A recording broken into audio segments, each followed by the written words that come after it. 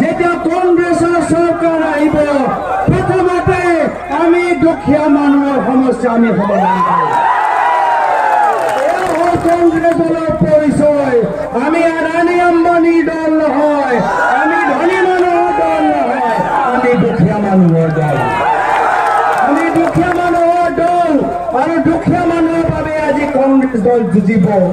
আজি দুখীয়া মানুহে কি বিচাৰে? আত্মসন্মান বিচাৰে, শান্তি বিচাৰে, ভূমি অধিকাৰ বিচাৰে। কিন্তু হিমন্ত বিশ্ব শৰ্মা ডাঙৰীয়াই কি কৰিছে? আজি ভূমিপট্টা দিছে, তেতিয়া দিছে মাত্ৰ মামা মামী আদানী আৰু আম্বানী।